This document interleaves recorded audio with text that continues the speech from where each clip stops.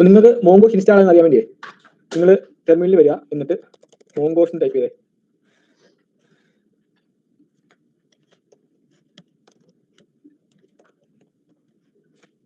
ഇങ്ങനെ വരുന്നുണ്ടോ?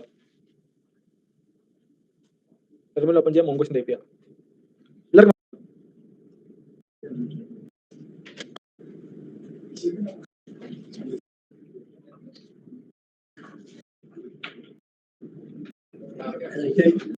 DBMS എന്ന് പറയും, ഡാറ്റാബേസ് മാനേജ് ഫുൾ കമ്പ്യൂട്ടർ.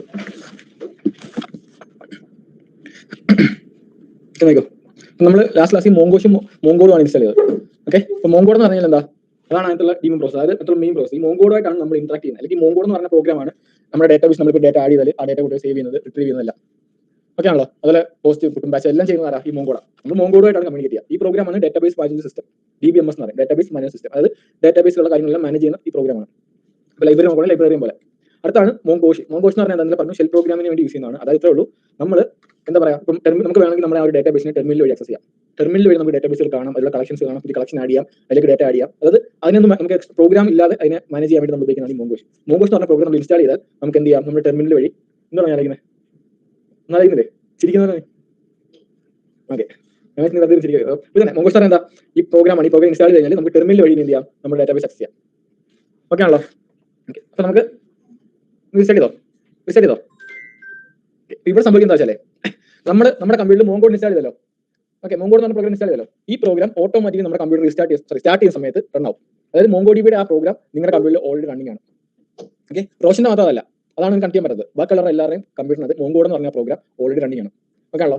അത് എങ്ങനെ റണ്ണിംഗ് ആണെന്ന് വെച്ചാൽ നമ്മുടെ കമ്പ്യൂട്ടർ സ്റ്റാർട്ട് ആവുന്ന സമയത്ത് ഓട്ടോമാറ്റിക്കലി ഇത് റൺ ആവും. അങ്ങനെ അതിന്റെ പെർമിഷൻ നമ്മൾ അതൊക്കെ ടിക്ക് ചെയ്ത് കൊടുത്തിട്ടുണ്ട്. അതാണ് സംഭവിക്കുന്നത്. ബാക്ക്ഗ്രൗണ്ട് റണ്ണിംഗ് ആണ്, എല്ലാ സമയവും റണ്ണിംഗ്. എന്നിട്ട് അത് ഓഫ് ചെയ്യണം. അത് ഓഫ് ചെയ്യണമെങ്കിൽ നീ ചെയ്യേണ്ട വെച്ചാൽ വിൻഡോസ് 6 എന്ന് പറഞ്ഞ് നീ മറ്റേ ആ സ്റ്റാർട്ട് ബാറിൽ വിൻഡോസ് റൺ ചെയ്യുക. എന്നിട്ട് അവിടെ വന്നിട്ട് ഒരു കമാൻഡ് ഉണ്ട്, അത് ഞാൻ നോക്കട്ടെ. അതിപ്പോൾ ഇവനെ അയച്ചു കൊടുത്ത് MSC എന്തൊരു കമാൻഡ് ഞാൻ കോപ്പി അയച്ചില്ല. അതെടുത്തിട്ട് എന്ത് ചെയ്താൽ സ്റ്റോപ്പ് ചെയ്താൽ മതി. ചെയ്യേണ്ട ആവശ്യമില്ല. ഇത് പ്രത്യേകിച്ച് അങ്ങനെ ഒന്നും പിടിക്കുന്നില്ല. നമ്മൾ ഓപ്പറേഷൻ ചെയ്യുമ്പോൾ മാത്രമല്ല, അല്ലാത്ത സമയത്ത് ഇത് ചുമ്മാ റൺ ആവുന്നേ ഉള്ളൂ. നമ്മുടെ പ്രോസർ പിടിക്കുന്നില്ല. ഓക്കെ, അപ്പോൾ ഇത് എല്ലാവരും കമ്പ്യൂട്ടർ റണ്ണിംഗ് ആയിരിക്കും. ഓക്കെ, ഇനി മോങ്കോഷ് എന്താ വെച്ചാൽ നമ്മൾ ഇന്നലെ പറഞ്ഞ ആ ഒരു ഷെൽ പ്രോഗ്രാം ചെയ്യാൻ വേണ്ടി നമ്മൾ സഹായിക്കുന്ന ഒരു പ്രോഗ്രാം. നമ്മുടെ ടെർമിനലിൽ നമ്മൾ മോങ്കോഷ് ടൈപ്പ് ചെയ്യുമ്പോൾ ടെർമിനലിൽ നിന്ന് ഈ മോങ്കോഡിലേക്ക് കണക്ട് ചെയ്യും. ഓക്കെ, അത് മോങ്കോഡ് എന്ന് പറഞ്ഞ പ്രോഗ്രാമിൽ കണക്ട് ചെയ്യും. അങ്ങനെ കണക്ട് ചെയ്യുന്നതാണ് നമ്മളിവിടെ കണ്ടിരിക്കുന്നത്. അതായത് ഇവിടെ കണ്ടോ, ഇവിടെ നമ്മൾ എക്സിറ്റ് ചെയ്യണമെങ്കിൽ എക്സിറ്റ് ടൈപ്പ് ചെയ്യുക, ബ്രാക്കറ്റ് ഇടുക. ഇവിടെ ഞാൻ മോങ്കോഷ് എന്ന് ടൈപ്പ് ചെയ്യുന്ന സമയത്ത് ഓൾറെഡി നമ്മുടെ കമ്പ്യൂട്ടറിൽ മോങ്കോഷ് എന്ന് പറഞ്ഞ പ്രോഗ്രാം ഇൻസ്റ്റാൾഡ് ആയിട്ടുണ്ട്. അത് നമ്മുടെ ടെർമിനലാണ് വർക്ക് ചെയ്യുക. അപ്പോൾ ടെർമിനലാണ് നമ്മൾ ഈ കമാൻഡ് ചെയ്യുന്ന സമയത്ത് ഈ മോങ്കോഷ് നമ്മുടെ കമ്പ്യൂട്ടറിലുള്ള ആ മോങ്കോഡ് എന്ന് പറയുന്ന ആ ഒരു ഡാറ്റാബേസ് പ്രോഗ്രാമായിട്ട് കണക്ട് ചെയ്യും.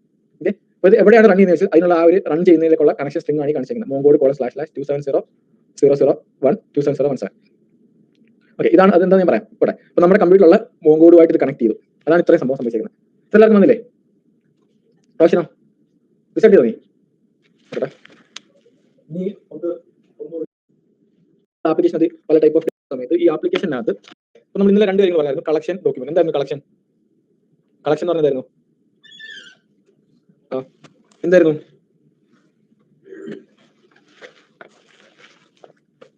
നമ്മൾ ഇന്ന് കളക്ഷൻ യൂസ് ചെയ്യുന്നത്, അതായത് നമ്മുടെ ഡാറ്റാബേസ് അല്ലെങ്കിൽ നമ്മൾ ഒരു ആപ്ലിക്കേഷൻ ക്രിയേറ്റ് ചെയ്യുന്ന സമയത്ത് ഈ ആപ്ലിക്കേഷനകത്ത് ഒരുപാട് ടൈപ്പ് ഓഫ് ഡാറ്റ ഉണ്ട്. യൂസർ ഉണ്ടാവാം, ഇല്ലേ, പ്രൊഡക്റ്റ് ഉണ്ടാവാം, കാറ്റഗറി ഉണ്ടാവാം, അങ്ങനെ ഒരുപാട് ടൈപ്പ് ഓഫ് ഡാറ്റാസ് ഉണ്ടാവാം. നമ്മൾ ആ ഓരോ ടൈപ്പ് ഓഫ് ഡാറ്റയും നമ്മൾ എന്ത് ചെയ്യും, നമ്മൾ സെപ്പറേറ്റ് ബോക്സിലിടും. ആ ബോക്സിന് പറയുന്നതാണ് കളക്ഷൻ. അത് നമ്മൾ പറഞ്ഞ ടേബിളിന്റെ കാര്യം. നമ്മുടെ ആപ്ലിക്കേഷൻ ബിൽഡ് ചെയ്യുന്ന സമയത്ത് നമ്മൾ പറഞ്ഞിരുന്നത്, അതായത് ഒരു ആപ്ലിക്കേഷൻ ബിൽഡ് ചെയ്യുന്ന സമയത്ത് ഒരുപാട് ടൈപ്പ് ഓഫ് ഡാറ്റ കാണും. യൂസേഴ്സ് കാണും, ഓർഡേഴ്സ് കാണും, ഇല്ലേ, അതുപോലെ എന്താ പ്രൊഡക്റ്റ് കാണും, കാറ്റഗറി കാണും. ഇങ്ങനെ പല ടൈപ്പ് ഓഫ് ഡാറ്റ ആണ്. നമ്മൾ ഓരോ ടൈപ്പ് ഓഫ് ഡാറ്റയ്ക്ക് എന്ത് ചെയ്യും, ഓരോ ടേബിൾ ക്രിയേറ്റ് ചെയ്യും.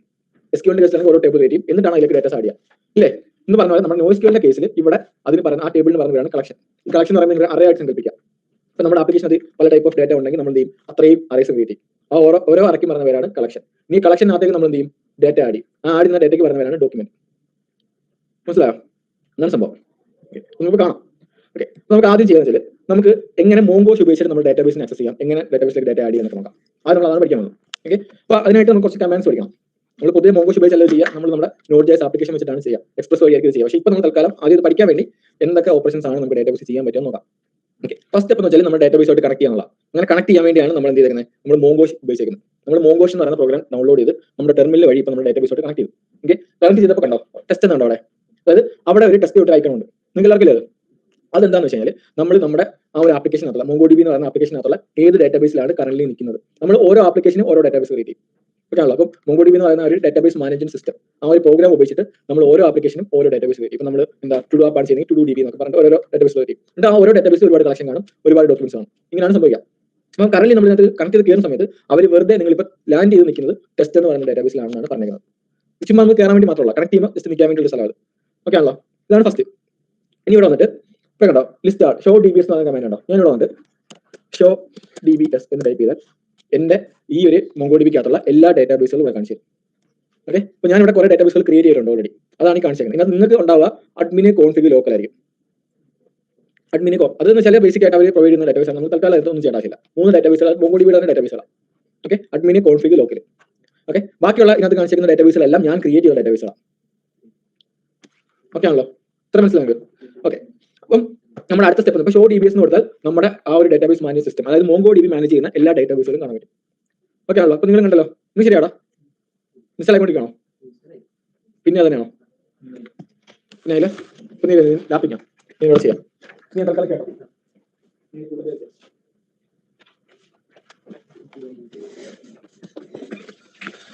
ഓക്കെ, അപ്പോൾ ഓക്കെ നമ്മൾ ലാൻഡ് ചെയ്തു. അപ്പോൾ നമ്മൾ ഷോ DBS എന്ന് പറഞ്ഞ കമാൻഡ് വെച്ചു. എന്തിനു വേണ്ടിയാ? ഡാറ്റാബേസുകൾ ലിസ്റ്റ് ചെയ്യാൻ. ഓക്കെ, അപ്പോൾ നിങ്ങൾ നോട്ട് ചെയ്തോ. Okay, to list all database. അതിലും കുഴപ്പമില്ല, ഷെയർ ചെയ്യുന്നു, നിങ്ങൾ മനസ്സിലാക്കി പോയാൽ മതി. ഇനി അടുത്താണ് എന്ത്?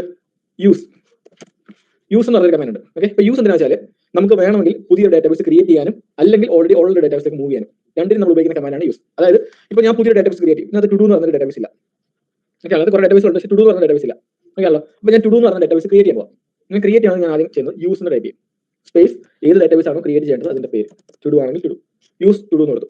ഇങ്ങനെ കൊടുക്കുമ്പോൾ കണ്ടോ, switch to DB to do. ഞാൻ ടു ഡു എന്ന് പറഞ്ഞ DB-യിലേക്ക് സ്വിച്ച് ചെയ്തു എന്നാണ് കാണിച്ചിരിക്കുന്നത്. അതായത് നമുക്ക് പുതിയൊരു ഡാറ്റാബേസ് ക്രിയേറ്റ് ചെയ്യണമെങ്കിൽ യൂസ് സ്പേസ് ഒരു പേര് കൊടുക്കാം. ഓക്കെ, അപ്പോൾ ഈ പുതിയ ഡാറ്റാബേസ് ക്രിയേറ്റ് ചെയ്ത് തരും. ഇനി ഇൻ കേസ് ഓൾറെഡി ഉള്ള ഒരു ഡാറ്റാബേസിലേക്ക് ഇപ്പോൾ ഞാൻ നിൽക്കുന്ന ടു ഡു എന്ന് പറഞ്ഞ ഡാറ്റാബേസിലാണ്. ഓക്കെ ആണല്ലോ, എന്ത് ഒന്നുമില്ല, ഡാറ്റ ഒന്നുമില്ല. അപ്പോൾ അത് ഡാറ്റാബേസ് നമ്മൾ ക്രിയേറ്റ് ചെയ്തു. അത് നിങ്ങൾ ഇങ്ങനെ അലക്കുക, ഒരു റൂം ക്രിയേറ്റ് ചെയ്തു. ഓക്കെ, നമ്മൾ ആ റൂമിനകത്ത് നമുക്ക് ഒരു ബുക്ക് അടിക്കി വെക്കണം. ഓക്കെ ആണല്ലോ. അപ്പോൾ നമ്മൾ ആദ്യം റൂം ക്രിയേറ്റ് ചെയ്യും, റൂമിന്റെ ഷെൽഫ് ക്രിയേറ്റ് ചെയ്യും. ഇപ്പോൾ റൂം എന്ന് പറയുന്നത് ഡാറ്റാബേസ്, ഷെൽഫ് എന്ന് പറയുന്നതാണ് കളക്ഷൻ. ഷെൽഫിൽ അടിക്കി വെക്കുന്ന ബുക്കാണ് ഡോക്യുമെന്റ്. അതാണ് ഇവിടെ സംഭവിക്കുക. ഇവിടെ നമ്മൾ എന്ത് ചെയ്തു? ടു ഡു എന്ന് പറഞ്ഞ ഡാറ്റാബേസ് ക്രിയേറ്റ് ചെയ്യും, ആ റൂം. ഇനി അതിനകത്ത് നമുക്ക് വേണം കളക്ഷൻസ് ക്രിയേറ്റ് ചെയ്യാം. അപ്പോൾ നമുക്ക് യൂസ് സ്പേസ് ഒരു ഡാറ്റാബേസിന്റെ പേര് കൊടുത്താൽ അങ്ങനെ ഒരു ഡാറ്റാബേസ് ഉണ്ടെങ്കിൽ എന്ത് സംഭവിക്കും? അതിലേക്ക് മൂവ് ചെയ്യും.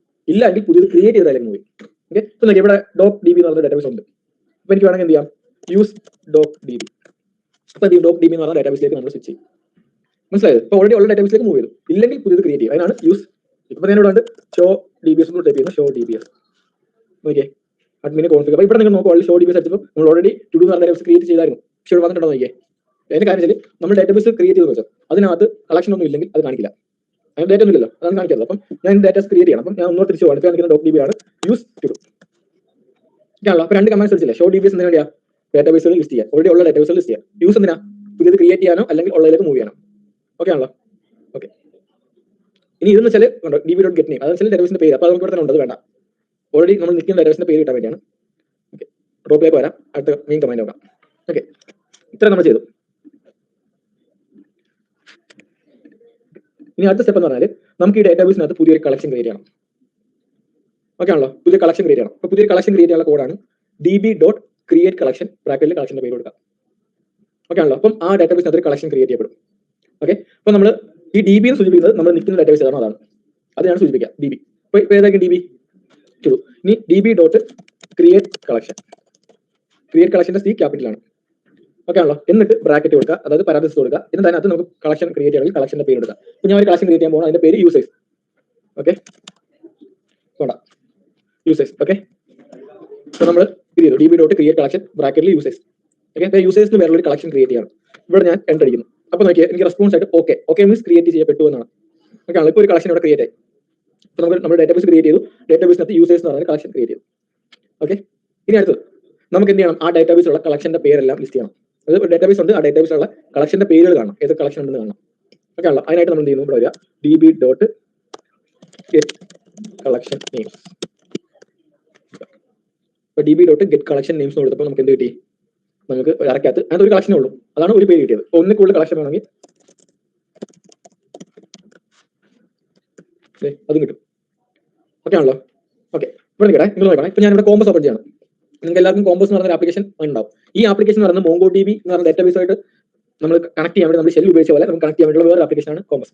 കോമ്പസ് എന്ന് പറഞ്ഞാൽ ഇത്രേ ഉള്ളൂ. നമ്മുടെ മോങ്കോ DB അല്ലത്, മോങ്കോ DBയിലേക്ക് കണക്ട് ചെയ്ത് മോങ്കോ DB ഡേറ്റാബേസ് ഉള്ള കാര്യങ്ങൾ കാണാൻ വേണ്ടിയുള്ള ഒരു ആപ്ലിക്കേഷൻ. ഓക്കെ ആണല്ലോ, അതാണ് കോമ്പസ്.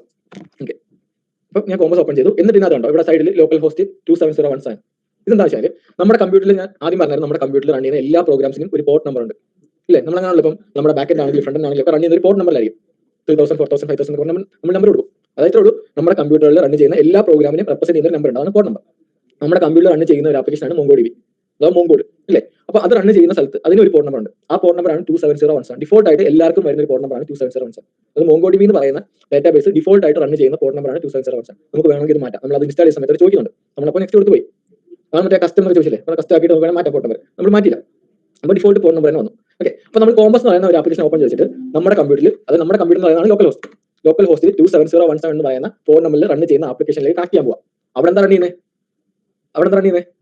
മോങ്കോ DB അല്ലേ? ആ മോങ്കോ DBയിലേക്ക് നമുക്ക് എന്ത് ചെയ്യാം? കോമ്പസ് ഉപയോഗിച്ച് കണക്ട് ചെയ്യാം. അതിനുവേണ്ടി ഇവിടെ കണക്ട് എന്ന് കൊടുത്തിട്ടുണ്ടാവും. കണക്ട് കൊടുത്തു കഴിഞ്ഞാൽ കണക്ട് ആവും. അവിടെ ഉള്ള എല്ലാ ഡേറ്റാബേസുകളും ഇവിടെ ലിസ്റ്റ് ആവും. അതായത് നമ്മൾ ഷെൽ ഉപയോഗിക്കുന്നതിനേക്കാൾ എളുപ്പം നമുക്ക് എന്ത് ചെയ്യാം? ഇവിടെ നമുക്ക് കാണാം. ഷെല്ലാണെങ്കിൽ കമാൻഡ്സ് അറിയാം, ഇവിടെ വേണ്ട. ഓക്കെ, ഇത്രയും ഡേറ്റാബേസിൽ വന്നു. ഇവിടെ കണ്ടോ ടു ഡു, ഇതിന്റെ ക്ലിക്ക് ചെയ്താൽ നമ്മുടെ ടു ഡു എന്ന് പറയുന്ന ഡേറ്റാബേസ് ഇവിടെ കാണാൻ പറ്റും. അതിനകത്തുള്ള കളക്ഷൻസ് കാണാൻ പറ്റും. കളക്ഷൻസിന്റെ സൈസ്, ഡോക്യുമെന്റ്സ് എത്ര ഉണ്ട്, എല്ലാ കാര്യങ്ങളും ഉണ്ടാവും. കണ്ടോ? അതായത് ഇതിന്റെ അല്ല, നമ്മുടെ ആ ടെർമിനലിന്റെ ഒരു ഗ്രാഫിക്കൽ റെപ്രസെന്റേഷൻ ആണ് ഈ കോമ്പസ്. മനസ്സിലായി? നമുക്ക് രണ്ട് രീതിയിൽ ആക്സസ് ചെയ്യാം. അപ്പോൾ നമ്മൾ ആദ്യമേ കോമ്പസ് അല്ല ഷെൽ ഉപയോഗിച്ച് പഠിക്കുന്നതേ ഉള്ളൂ. പിന്നെ നമ്മൾ ഉപയോഗിക്കേണ്ട ആവശ്യമേ വരുന്നില്ല. നമ്മൾ കോമ്പസ് ആയിരിക്കും ഉപയോഗിക്കാം. തൽക്കാലം നമ്മൾ ആദ്യം പഠിക്കാൻ വേണ്ടി അത് ഉപയോഗിക്കണം. ഓക്കെ ആണല്ലോ? ഇവിടെ നോക്കുകയാണെങ്കിൽ ഇവിടെ രണ്ട് കളക്ഷൻ ഉണ്ട്. കളക്ഷനകത്ത് ഡേറ്റ ഒന്നും ആടിയിട്ടില്ല. മനസ്സിലായോ? അതായത് കോമ്പസ് അല്ല മോങ്കോ DB. മോങ്കോ DB എന്ന് പറഞ്ഞ സെപ്പറേറ്റ് പ്രോഗ്രാമാണ്. അത് നമ്മുടെ കമ്പ്യൂട്ടറിൽ അതായത് ഇതോട് കണക്ട് ചെയ്യാൻ വേണ്ടി നിൽക്കുന്ന ആൾ. ഇപ്പോൾ കോമ്പസ് ഇല്ലെന്ന് പറയുന്ന പ്രശ്നമൊന്നുമില്ല. ഓക്കെ, നമുക്ക് നമ്മുടെ മോങ്കോ DB ഡേറ്റാബേസിൽ ഉള്ള സാധനം കാണണമെങ്കിൽ നമ്മൾ കോമ്പസ് ഉപയോഗിക്കും. മനസ്സിലായോ? അതാണ് സംഭവം. അത്ര ഓക്കെ ആണല്ലോ. അപ്പോൾ നമ്മൾ ഒരു കളക്ഷൻ, ഒരു ഡേറ്റാബേസിൽ കളക്ഷൻ ഉണ്ട്. ആ കളക്ഷൻ ലിസ്റ്റ് ചെയ്യണമെങ്കിൽ ഗെറ്റ് കളക്ഷൻ നെയിംസ്. ഓക്കെ, നോക്കാം. ഓക്കെ, ഇനി ഫസ്റ്റ് സ്റ്റെപ്പ് ഇനിയുള്ളതാണ് ഇമ്പോർട്ടന്റ്. ഓക്കെ,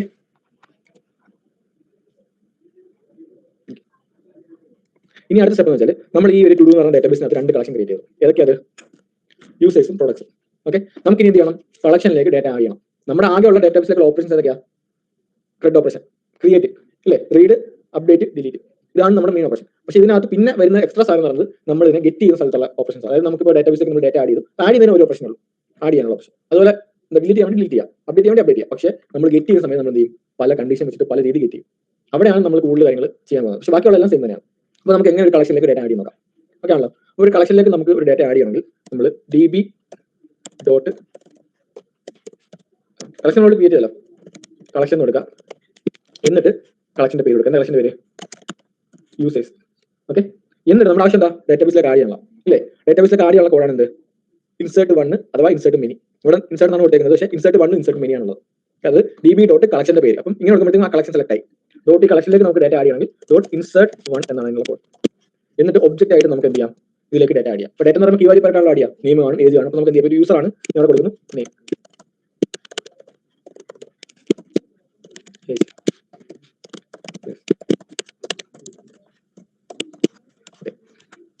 ഇത്ര ഞാൻ കൊടുത്തു. DB ഡോട്ട് കളക്ഷന്റെ പേര് ഡോട്ട് ഇൻസേർട്ട് 1 ഞാൻ അടിക്കുന്നു. ഓക്കെ, ഇവിടെ ഗെറ്റ് കളക്ഷൻ ഉണ്ടേ.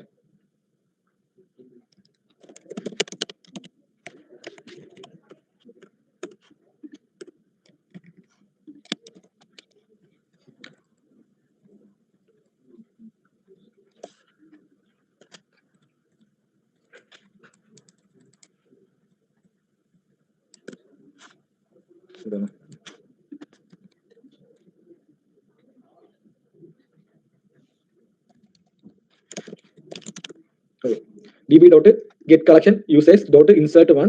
ഇവിടെ നമ്മൾ എന്ത് ചെയ്തു? നമുക്ക് എന്താണോ അതിലേക്ക് ആഡ് ചെയ്യേണ്ടത് ആ ഡേറ്റ നമ്മൾ എന്ത് ചെയ്തു? ഒബ്ജക്റ്റ് ആയിട്ട് പാസ് ചെയ്തു. കണ്ടോ? അപ്പൊ നമ്മൾ എന്താണോ ആഡ് ചെയ്തത് അത് നമ്മുടെ ഡേറ്റാബേസ് സേവ് ആയിട്ടുണ്ടാവും. അത് നമുക്ക് കാണണമെങ്കിൽ നമുക്ക് ഒന്നെങ്കിൽ എന്ത് ചെയ്യാം? ഇവിടെ വന്നിട്ട് നമ്മുടെ യൂസേഴ്സിനെ ഇവിടെ വരിക. ഇവിടെ ഒന്നും ഉണ്ടാവില്ല. ഇവിടെ റീഫ്രഷ് ചെയ്യാൻ ബട്ടൺ ഉണ്ട്. കണ്ടോ? മുകളിൽ റിഫ്രഷ് ചെയ്ത് നോക്കാം. നമ്മൾ ആഡ് ചെയ്ത ഡേറ്റ അതിന് ഓൾറെഡി വന്നിട്ടുണ്ട്. നിങ്ങൾ നോക്കിയാൽ നമ്മൾ ആഡ് ചെയ്തത് കൂടാതെ അവിടെ എന്തെങ്കിലും വന്നോ? അതായത് ID എന്ന് പറഞ്ഞ കീ വന്നു. ID നോക്കുവാണെങ്കിൽ മനസ്സിലാവും വെറും ID അല്ല, അണ്ടർസ്കോർ ID ആണ്. അണ്ടർസ്കോർ ID എന്നാണ് ഇവിടെ ID-യുടെ കീ. ഓക്കെ, എന്നിട്ട് അവിടെ നോക്കിയേ ഒബ്ജക്ട് ID എന്ന് പറഞ്ഞൊരു സാധനം ഉണ്ട്. ഇതെന്താണെന്ന് വെച്ച് കഴിഞ്ഞാൽ നമ്മൾ മോങ്കോ DBയിൽ എന്ത് ഡേറ്റ ആഡ് ചെയ്താലും അതിന് ഓട്ടോമാറ്റിക്കലി ഒരു ID അസൈൻ ചെയ്യപ്പെടും. ഓക്കെ ആണല്ലോ? കാര്യം വെച്ചാൽ അതിനെ തിരിച്ചറിയാൻ വേണ്ടിയാണ്. അപ്പോൾ നമ്മളായിട്ട് ID ആഡ് ചെയ്യേണ്ട ആവശ്യമില്ല. ഓൾറെഡി ID അകത്ത് വന്നോളൂ. ഓക്കെ, ഇനി ID നോക്കുവാണെങ്കിൽ ആ ID-ക്കകത്ത് നോക്കിയാൽ വേറൊരു ഫോർമാറ്റാണ് ഒബ്ജക്ട് ID എന്ന് പറഞ്ഞാൽ. കണ്ടോ? നമ്മൾ സാർ നമുക്ക് എന്തൊക്കെ ഫോർമാറ്റ് അറിയാം? സ്ട്രിംഗ് അറിയാം, നമ്പർ അറിയാം, ബൂളിയൻ അറിയാം, ഇല്ല അറിയാം, ഒബ്ജക്ട് അറിയാം, അല്ലേ? ഇതൊന്നും അല്ലാതെ മോങ്കോ DBയിൽ മാത്രം സപ്പോർട്ട് ചെയ്യുന്ന ഒരു ഫോർമാറ്റാണ് ഈ ഒബ്ജക്ട് ID എന്ന് പറഞ്ഞ ഫോർമാറ്റ്. ഓക്കെ, ഇപ്പൊ ഇതിനെ കൂടുതൽ നമുക്ക് കുറച്ച് നോക്കാം. ഇത്രേ ഉള്ളൂ. അതായത് ID റെപ്രസെന്റ് ചെയ്യാൻ വേണ്ടി, യൂണിക് സ്ട്രിംഗ് റെപ്രസെന്റ് ചെയ്യാൻ വേണ്ടി MongoDB ഒരു ഫോർമാറ്റ് ആണ് ഒബ്ജക്റ്റ് എന്ന് പറഞ്ഞ ഫോർമാറ്റ്. ഈ ഒബ്ജക്റ്റ് എന്ന് പറഞ്ഞ ഫോർമാറ്റ് ആണ് MongoDB ID ജനറേറ്റ് ആവുക. ഇതെന്ന് പറഞ്ഞാൽ ഒരു യൂണിക് ഫോർമാറ്റ്. അതായത് ഈ ഒരു ID വേറെ ഒരു എലമെന്റും വരില്ല, വേറെ ഒരു ഡേറ്റയും വരില്ല. ഇത് MongoDB ഒരു അൽഗോരിതം വെച്ച് ക്രിയേറ്റ് ചെയ്യുന്നതാണ്. അതിന് അവർ കൊടുത്തേക്കുന്ന പേരാണ് ഒബ്ജക്റ്റ് ID. അഥവാ ഡേറ്റ ടൈപ്പ് ആണ് ഒബ്ജക്റ്റ് ID എന്ന് പറയുന്നത്. ഇത് നമ്മൾ JavaScript സപ്പോർട്ട് ചെയ്യില്ല. ഇത് MongoDB മാത്രമുള്ള ഡേറ്റ ടൈപ്പ് ആണ് ഒബ്ജക്റ്റ് ID എന്ന് പറയുന്ന ഡേറ്റ ടൈപ്പ്. ഓക്കെ ആണല്ലോ. ഈ ഡേറ്റ ടൈപ്പിലാണ് അവിടെ ID ജനറേറ്റ് ആവുന്നത്. സ്ട്രിംഗ് പോലെ വേറെ സാധനം. ഓക്കെ, അപ്പൊ നമ്മൾ ഇനി അടുത്ത പറഞ്ഞ ആണെങ്കിൽ നമുക്ക് എന്ത് ചെയ്യാം? ഇവിടെ വന്നിട്ട് db.getCollection users.insert1 വേറെ ആളെ ഇൻസർട്ട് ചെയ്യാം. ഓക്കെ, നമുക്ക് ഒന്നെങ്കിൽ insert1 ഉപയോഗിക്കാം. insert1 ആണ് ഉപയോഗിക്കുന്നത് ഒരു ഡേറ്റ അറ്റ് എ ടൈം നമുക്ക് ഇൻസർട്ട് ചെയ്യാം. ഇതുപോലെ തന്നെ എന്തുണ്ട്? insert mini ഉണ്ട്. insert mini ആണ് നമ്മൾ ഉപയോഗിക്കുന്നത് അറ്റ് എ ടൈം നമുക്ക് ഒന്നിൽ കൂടുതൽ ഡേറ്റ ഇൻസർട്ട് ചെയ്യാം. ഒന്നിൽ കൂടുതൽ ഡേറ്റ ആണ് നമ്മൾ ഇൻസർട്ട് ചെയ്യുന്നതെങ്കിൽ നമ്മൾ ആദ്യമേ ഇവിടെ വന്നിട്ട് ഒരു അറേ ക്രിയേറ്റ് ചെയ്യണം. അറയ്ക്കകത്ത് അടുത്ത ഡേറ്റ ആഡ് ചെയ്യണം.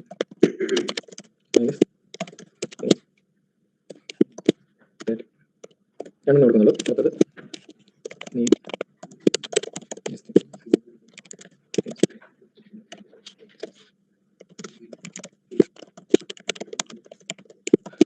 ഇവിടെ നോക്കിയേ, ഇൻസർട്ട് മെനി ഞാൻ കൊടുത്തപ്പോൾ എങ്ങനെ ആഡ് നോക്കിയേ?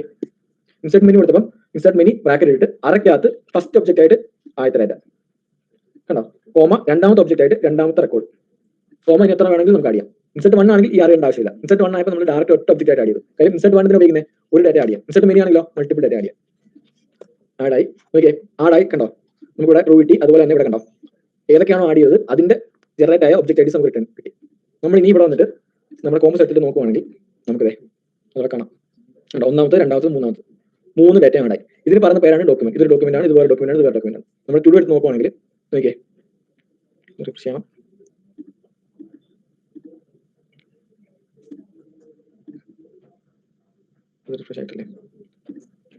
കണ്ടോ, ഇവിടെ നോക്കുവാണെങ്കിൽ യൂസേഴ്സ് പറയുന്ന ആ ഒരു കളക്ഷനകത്ത് 3 ഡോക്യുമെന്റ്സ് ആഡ് ആയിട്ടുണ്ട്. അതിന്റെ സൈസും കാര്യങ്ങളൊക്കെ കാണിച്ചിട്ടുണ്ടാവും. നമ്മൾ ക്ലിക്ക് ചെയ്യുകയാണെങ്കിൽ അതിനകത്ത് നമുക്ക് ഡോക്യുമെന്റ്സ് കാണാൻ പറ്റും. അപ്പം ഇങ്ങനെ ഇൻസർട്ട് 1 ഇൻസർട്ട് മെനി ഉപയോഗിച്ചിട്ടാണ് നമ്മൾ എന്ത് ചെയ്യുക? നമ്മൾ ഡേറ്റാബേസിലേക്ക് ഡേറ്റ ആഡ് ചെയ്യുക. അതായത് DB ഡോട്ട് അതിനുള്ള കോഡാണ് DB ഡോട്ട്. ഇതാണ് ഇതിന്റെ query language, MongoDB query language എന്നാണ് പറയാം. ഈ ലാംഗ്വേജ് ഉപയോഗിച്ചിട്ടാണ് നമ്മൾ ഡേറ്റാബേസോട് കമ്മ്യൂണിക്കേറ്റ് ചെയ്യുന്നത്. മനസ്സിലായി? SQL പോലെ ഇത് വേറെ ലാംഗ്വേജ്, MongoDB ക്വറി ലാംഗ്വേജ്. ഈ MongoDB ക്വറി ലാംഗ്വേജ് ഉപയോഗിച്ചിട്ടാണ് നമ്മൾ MongoDB ഡേറ്റാബേസോട് കമ്മ്യൂണിക്കേറ്റ് ചെയ്യുന്നത്. അപ്പൊ അത് എഴുതാൻ വേണ്ടിയാണ് നമ്മളിവിടെ Mongo ഉപയോഗിക്കുന്നത്. മനസ്സിലായോ?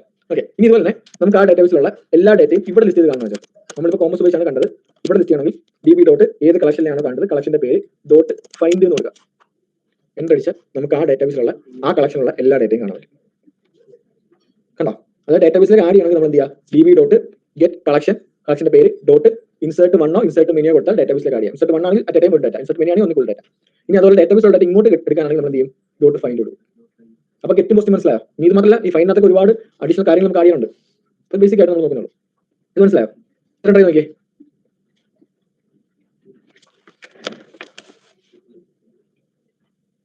ഇൻസർട്ട് 1 ട്രൈ നോക്കാം, ഇൻസർട്ട് മെനി ട്രൈ നോക്കാം, ഫൈൻഡ് ട്രൈ നോക്കാം.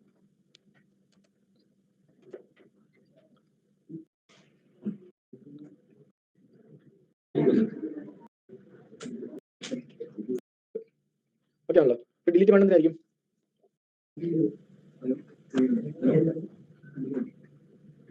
നോക്കാം.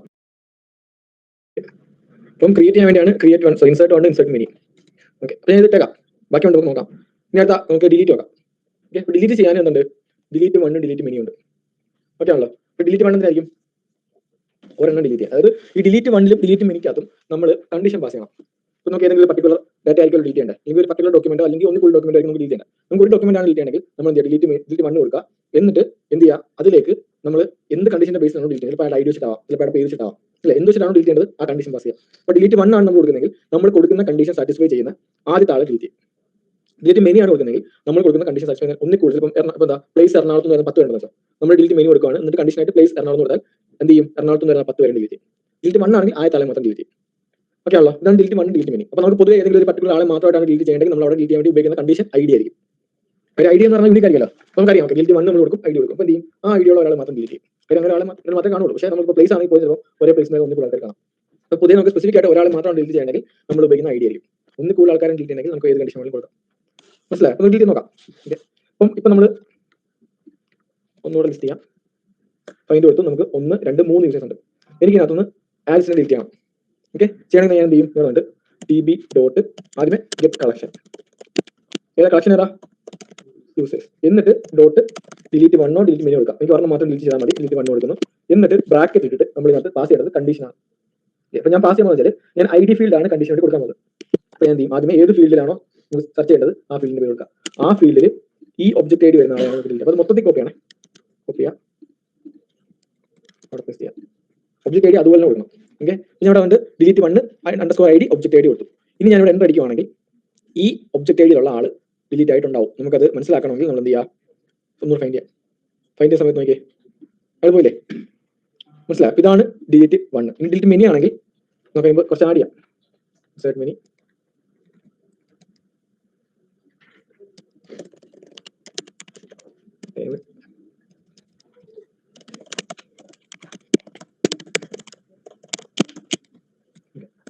സെറ്റ് ചെയ്തു. നമുക്ക് ഒന്നുകൂടെ ഫൈൻഡ് ചെയ്യാം. ഫൈൻഡ് ചെയ്തു. നമുക്ക് കുറെ ഡീറ്റെയിൽസ് ഉണ്ട് ഇവിടെ. അതുപോലെ തന്നെ ഇവിടെ ആലിസും ജസ്റ്റിനും ഡേവിഡും എറണാകുളത്താണ് വരുന്നത്. ഓക്കെ, എനിക്ക് എറണാകുളം പ്ലേസുള്ള എല്ലാവരും ഡിലീറ്റ് ആണെന്ന് വെച്ചാൽ അപ്പോൾ ഞാൻ എന്ത് ചെയ്യും, ഇവിടെ വന്നിട്ട് യൂസേഴ്സ് ഡോട്ട് ഡിലീറ്റ് മെനി ആണ് യൂസ് ചെയ്യുക. എന്നിട്ട് കണ്ടീഷൻ എടുത്ത് കൊടുക്കും, പ്ലേസ്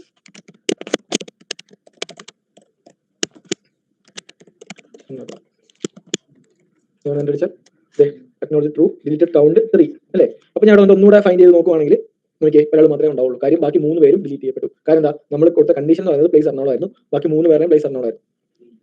മനസ്സിലായി. അപ്പോൾ നമുക്ക് ഒന്നുകൂടെ നാടി നോക്കാം. ഇൻസേർട്ട് മെനു കൊടുത്തു, ഞാൻ ആഡ് ചെയ്തു. ഇപ്പൊ നോക്കുവാണെങ്കിൽ ഫൈൻഡ് ചെയ്യുന്നു, നമുക്ക് 3 ഡീറ്റെയിൽസ് ഉണ്ട്. ഓക്കെ ആണല്ലോ. ഞാനിവിടെ ഡിലീറ്റ് 1 ആണ് കൊടുക്കുന്നത് വെച്ചോ, ഡിലീറ്റ് 1 പ്ലേസ് എറണാകുളം. അപ്പം സംഭവിക്കും, ആദ്യത്തെ ആയിട്ടുള്ള ആലീസ് മാത്രമേ ഡിലീറ്റ് ചെയ്യപ്പെട്ടുള്ളൂ. കാര്യം എന്താ, ഡിലീറ്റ് 1 എപ്പോഴും ഒരെണ്ണേ ഡിലീറ്റ് ചെയ്യുള്ളൂ, കണ്ടീഷൻ സാറ്റിസ്ഫൈ എന്ന് പറഞ്ഞു. ഡിലീറ്റ് മെനി ആണെങ്കിൽ മൾട്ടിപ്പിൾ വാല്യൂസ് ഡിലീറ്റ് ആവും, എല്ലാം ഡിലീറ്റ് ആവും. ആ കണ്ടീഷൻ സാറ്റിസ്ഫൈ ചെയ്യുന്ന എല്ലാ ഡീറ്റെയിൽസും അല്ലെങ്കിൽ എല്ലാ ഡോക്യുമെന്റും ഡിലീറ്റ് ആവും. അതാണ് 1 മെനി. ഇനി ഒരു കാര്യമുണ്ട്, ഞാൻ സെറ്റ് ചെയ്തു, പിന്നെ പഴയ പോലെ 2 ഡേവിഡ് ഉണ്ട്. അപ്പം എന്റെ ആവശ്യം വെച്ചാൽ ഞാനിവിടെ ഡിലീറ്റ് മെനി ആണ് യൂസ് ചെയ്യുന്നത്. അല്ല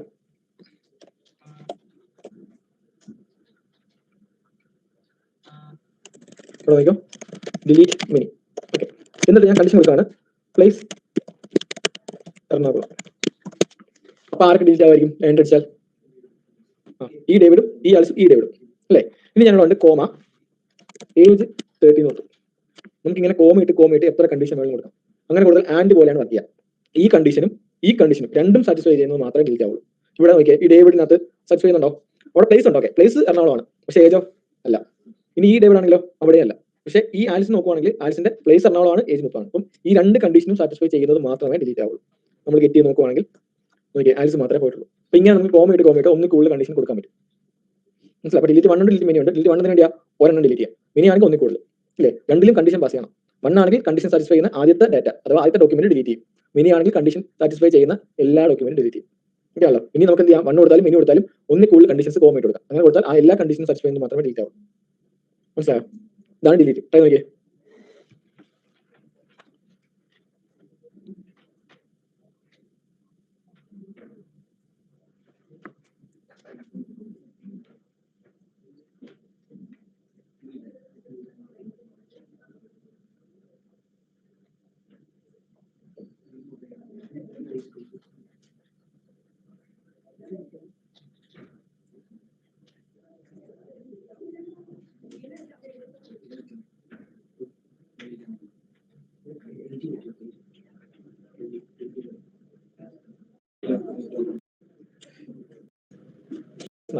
ഓക്കെ,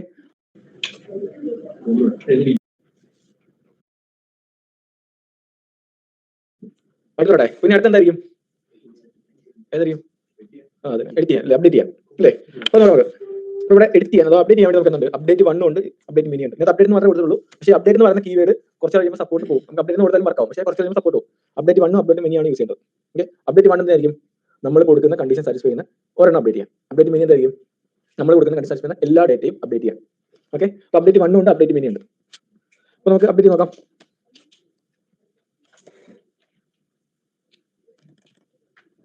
അതൊന്ന് ഫൈൻഡ് ചെയ്യാം. ഇത്രയാണ് നമ്മുടെ ഡാറ്റ. അപ്പൊ നമുക്ക് ഈ രണ്ടാമത്തെ ഡേവിഡിന്റെ പേര് മാറണം. ഓക്കെ ആണല്ലോ, അത് നമുക്ക് ആലിസ് നടക്കണം. ഓക്കെ, അപ്പം അങ്ങനെ നമുക്ക് ചെയ്യണമെങ്കിൽ നമ്മൾ ആദ്യം എന്ത് ചെയ്യുക, db.get collection കൊടുക്കുക. നമ്മുടെ കളക്ഷന്റെ പേര് എന്താ, യൂസേഴ്സ് കൊടുക്കുക, ഡോട്ട് അപ്ഡേറ്റ് 1. ഓക്കെ ആണല്ലോ. നമ്മുടെ ആവശ്യം എന്താ, രണ്ടാമത്തെ ആളുടെ ഈ ഡേവിഡിന്റെ പേര് മാറ്റുന്നുള്ള. അപ്പൊ നമ്മൾ ഏതായിരിക്കും കണ്ടീഷൻ കൊടുക്കുക, ഐഡി യൂസ് ചെയ്യാം ഇല്ലേ. അപ്പൊ അതിനായിട്ട് നമ്മൾ വരുന്നു _id ഈ ഒബ്ജക്റ്റ് ഐഡി. ഓക്കെ ആണല്ലോ. നോക്കിയേ, ഇവിടെ നമ്മൾ അപ്ഡേറ്റ് 1 കൊടുത്തു, ഒരു ഒബ്ജക്റ്റ് ഓപ്പൺ ചെയ്തു, അവിടെ കണ്ടീഷൻ കൊടുത്തു. ഓക്കെ ആണല്ലോ. ഇവിടെ കണ്ടീഷൻ മാത്രം മതി, നമുക്ക് അപ്ഡേറ്റ് ആണ് ചെയ്യേണ്ടത്. അപ്ഡേറ്റ് ചെയ്യാൻ മീൻസ് നമുക്ക് അതിനകത്തുള്ള ഡേറ്റ മാറ്റി വേറെ ഡേറ്റ വെക്കുക. ഇനി വേറെ ഡേറ്റ വെക്കണ്ടേ, ആ ഡേറ്റ കൊടുക്കണ്ടേ? അപ്പൊ അതിനായിട്ട് നമ്മൾ എന്ത് ചെയ്യുക? ഈ ഒബ്ജക്റ്റിനകത്തല്ല, ഇത് കണ്ടീഷൻ ഒബ്ജക്റ്റ് ആണ്, അത് കഴിഞ്ഞിട്ട് കോമ ഇടുക, പുതിയ ഒബ്ജക്റ്റ് ക്രിയേറ്റ് ചെയ്യുക. അതായത് ഈ അപ്ഡേറ്റ് വേണമെന്ന് പറയുന്ന ഫംഗ്ഷന് 2 പാരാമീറ്റർ ഉണ്ട്. ഒന്നാമത്തെ പാരാമീറ്റർ ഒരു ഒബ്ജക്റ്റ് ആണ്, അതാണ് കണ്ടീഷൻ. രണ്ടാമത്തെ പാരാമീറ്ററോ അത് മറ്റൊരു ഒബ്ജക്റ്റ് ആണ്, അവിടെയാണ് നമ്മൾ അപ്ഡേറ്റ് ചെയ്യേണ്ട ഡീറ്റെയിൽസ് ആഡ് ചെയ്യുന്നത്. അപ്പോൾ അത് കൊടുക്കണമെങ്കിൽ നമ്മൾ ഒബ്ജക്റ്റ് ഓപ്പൺ ചെയ്യാം. എന്നിട്ട് ഇവിടെ ഒരു ഓപ്പറേറ്റർ ഉണ്ട്, അതാണ് സെറ്റ് ഓപ്പറേറ്റർ. $സൈൻ സെറ്റ് കൊടുക്കുക, സെറ്റ് കോളൻ, എന്നിട്ട് പിന്നെ ഒരു ഒബ്ജക്റ്റ് ഓപ്പൺ ചെയ്യുക. ഈ ഒബ്ജക്റ്റിനകത്താണ് അപ്ഡേറ്റ് ചെയ്യേണ്ട ഡാറ്റ ആഡ് ചെയ്യേണ്ടത്. നമുക്ക് എന്താ മാറ്റേണ്ടത്? നെയിമാണ് അല്ലേ? നെയിം അപ്ഡേറ്റ് വന്ന് നമ്മൾ ഒബ്ജക്റ്റ് ഐഡി ആദ്യമേ കണ്ടീഷൻ ആയിട്ട് കൊടുത്തു. കണ്ടീഷൻ നമുക്ക് എത്ര വേണമെങ്കിലും കൊടുക്കാം, ഒന്നിക്കുള്ളിൽ കണ്ടീഷൻ വേണമെങ്കിൽ കൊടുക്കാം. നമ്മൾ ഒന്നിക്കുള്ളിൽ കൊടുക്കണം, എന്ത് ചെയ്യാം? കോമയിട്ട് കൊടുത്താൽ മതി. അതായത് ഈ ഒബ്ജക്റ്റിനകത്ത് തന്നെ അടുത്ത കോമയിട്ട് കൊടുക്കാം. നമുക്ക് ഒരു കണ്ടീഷൻ കൊടുത്താൽ മതി, ഒബ്ജക്റ്റ് ഐഡി മാത്രം, അത് യൂണിക് ആയിരിക്കും. കോമ അടുത്ത എന്ത് ചെയ്തു, നമുക്ക് എന്താണ് അപ്ഡേറ്റ് ചെയ്യേണ്ടത് അത് നമുക്ക് സെറ്റ് ചെയ്യാൻ വേണ്ടി കൊടുക്കും. ഇനി ഞങ്ങൾ കണ്ട് എൻ്റർ ചെയ്തു. അപ്പോൾ കണ്ടോ, അതിനൊരു ട്രൂ ഇൻസേർട്ടഡ് ഐഡി എന്നൊക്കെ പറഞ്ഞ് നമുക്ക് റെസ്പോൺസ് ഇട്ടുണ്ട്. നമുക്കൊന്ന് ഫൈൻഡ് ചെയ്ത് നോക്കാം. ഇവിടെ വന്നിട്ട് ഞാൻ ഫൈൻഡ് അടിക്കുന്നു. നോക്കിയേ, മൂന്നാമത്തെ ആൾ നോക്കിയേ, മാറി കണ്ടോ? അപ്പോൾ അതുകൊണ്ടായി നോക്കിയേ, അപ്ഡേറ്റ് 1 അപ്ഡേറ്റ് മെനി ഉണ്ടായി നോക്കാം. ഓക്കെ, എന്നിട്ട് നമ്മുടെ പ്രൊഡക്റ്റ് കളക്ഷൻ ഇല്ലേ, അതിലൊരു 3-4 പ്രൊഡക്റ്റ് ആഡ് ചെയ്യും. ഓക്കെ, അപ്പം അപ്ഡേറ്റ് 1 അപ്ഡേറ്റ് മെനി ട്രൈ നോക്കാം. പ്രോഡക്റ്റ് കളക്ഷനകത്ത് 3 പ്രൊഡക്റ്റ് ആഡ് ചെയ്യും.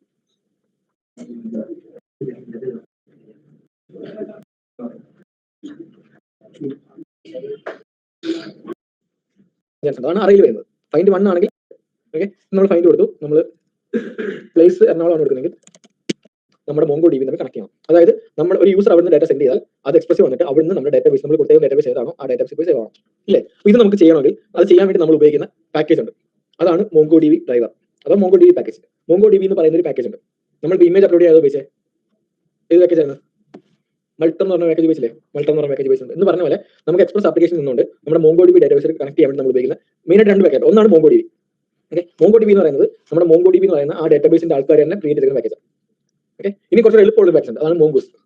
മോങ്കൂസ് എന്ന് പറഞ്ഞ പാക്കേജ് നമ്മൾ 2 ഉപയോഗിക്കും. മോങ്കോ DB എന്ന് പറഞ്ഞ പാക്കേജ് ഉപയോഗിക്കുമ്പോൾ നമുക്ക് ചെയ്യാൻ പറ്റുന്ന കുറെ കാര്യങ്ങൾ മോങ്കൂസ് എന്ന് പറഞ്ഞ പാക്കേജ് ഉപയോഗിക്കും ചെയ്യാൻ പറ്റും. നമ്മൾ ആദ്യം മോങ്കോ DB എന്ന് പറഞ്ഞ പാക്കേജ് പഠിക്കും, പിന്നെ മോങ്കൂസ് പഠിക്കും.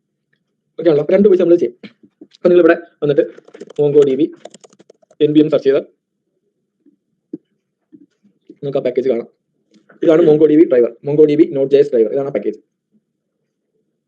ഈ പാക്കേജ് ഇൻസ്റ്റാൾ ചെയ്തിട്ട് ഈ പാക്കേജ് ഉപയോഗിച്ചിട്ട് നമ്മൾ നമ്മുടെ കമ്പ്യൂട്ടർ റൺ ചെയ്യുന്ന ആ ഒരു മോങ്കോ DB കണക്ട് ചെയ്യും. കണക്ട് ചെയ്തിട്ടാണ് നമ്മൾ ബാക്കിയുള്ള കാര്യങ്ങൾ ചെയ്യാം. ഓക്കെ ആണല്ലോ, അപ്പോൾ അതിനുള്ള പാക്കേജാണ് മോങ്കോ DB ഡ്രൈവർ. ഇത്ര മനസ്സിലായോ? നമ്മൾ അത് അടുത്ത ക്ലാസ്സിൽ ചെയ്യുന്നുള്ളൂ.